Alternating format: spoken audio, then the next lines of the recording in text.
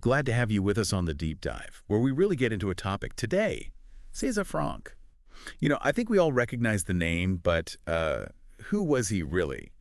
We have this summary of his life and legacy, and I'm eager to, well, see what we can discover. Exactly. And that's what we're doing here today, a deep dive. Not just the music, although we'll get to that.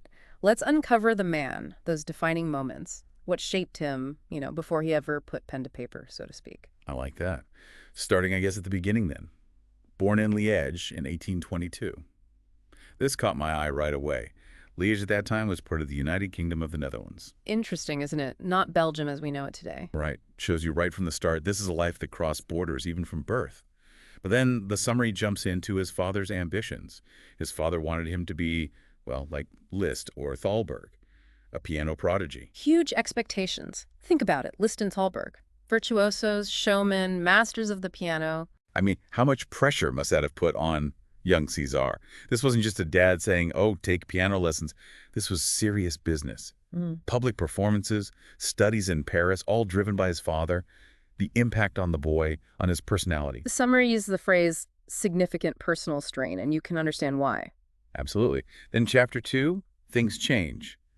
A shift. He's successful with the piano, but he moves to the organ. Several things happening here. Practically speaking, a church organist, it meant stability, a steady income, which for musicians then. Right, a real job. But it's also Franck's faith. He's Catholic, and this becomes really important to him. You wonder if the organ, the church, sacred music. A different world than the concert hall. Maybe that resonated more deeply. And then, of course, the organist appointments. First, Notre Dame de Lorette in 47. Then, 3 years later, Saint-François-au-Marais. But it's 1859. Sainte-Clotilde. That's the key one, isn't it? Absolutely. His musical home for the rest of his life. And not just the position, but what happens there. The new organ. Chapter 3. This wasn't just any organ. This was a Cavaillé-Coll. A remarkable instrument. And you can tell from Franck's own words how he felt about it. If you only knew how I love this instrument. It is so supple beneath my fingers and so obedient to all my thoughts. Obedient to all my thoughts? Yeah. That's a powerful statement. It is. And Robert Dufourcq, who really knew organs, called it, and I'm quoting here, unquestionably the constructor's masterpiece up to this time. So we're not just talking about Franck's personal preference. This was an objectively incredible organ. Really cutting edge from what I understand. New mechanisms, tonal possibilities. And that's part of what's interesting. It allowed Franck to explore new techniques. The German school of organ playing, with its emphasis on pedal technique, Bach's influence. A real departure from what was typical in France at the time. Precisely. So on to chapter 4. Père Franck, the teacher, professor of organ at the Paris Conservatoire in 1872. There was a hiccup, though, right? Well, he wasn't actually a French citizen yet. A bit of a bureaucratic hurdle, but clearly his talent and reputation overshadowed that. He becomes a beloved teacher, students calling him Père Franck. Father Franck. That speaks volumes, doesn't it? Think about his own experiences with his father, the pressure, the expectations. And here he is, nurturing young talent. Dindy, Chausson, Verne. He taught some of the most important French composers of that generation. A real lineage. And that close bond with his students. Seems like he created a real family in his studio, a supportive environment.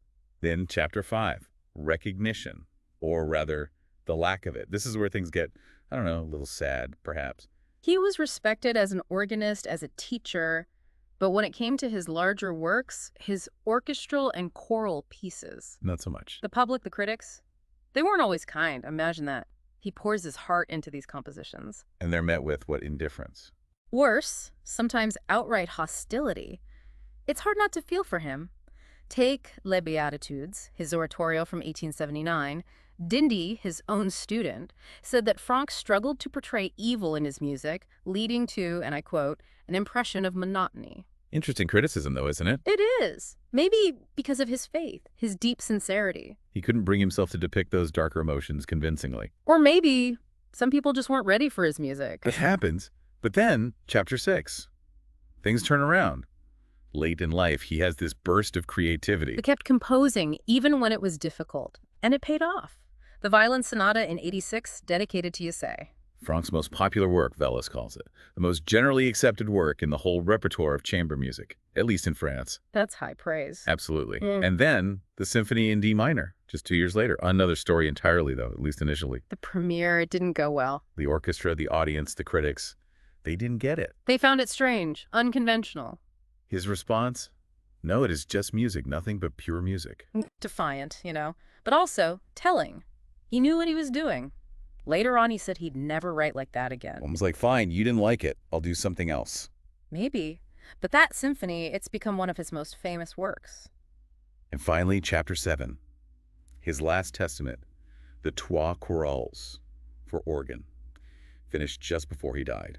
A summing up, wouldn't you say? Veliz called them a kind of musical last will and testament. And R.J. Stove said you can feel Franck bidding a protracted goodbye. Powerful stuff. They do have that feeling, don't they, of closure, of looking back on a life. And then, Chapter 8. November of 1890, he's gone. The traffic accident. Well, that's what's often said, but it seems like there was more to it. The respiratory infection? Pleurisy and pericarditis. It was a combination of things, ultimately. He may not have had a dramatic death, but his funeral was attended by some of the biggest names in music. And the memorials, the bust by Rodin, the monument near Sainte-Clotilde. A testament to his impact. It's amazing to think his journey from this child prodigy pushed by his father to this master of the organ, influencing generations of composers. And to think, Roland Smith said his 6 pieces were the first major contribution to French organ literature in over a century. That's quite a legacy. It is, but here's a thought I'm left with. How do you think Franck would feel about his music today? Its popularity, its enduring power. After all those years of struggle, would he finally feel understood? It makes you wonder. What do you think, listener? What speaks to you most in Franck's story? What resonates in your own creative journey?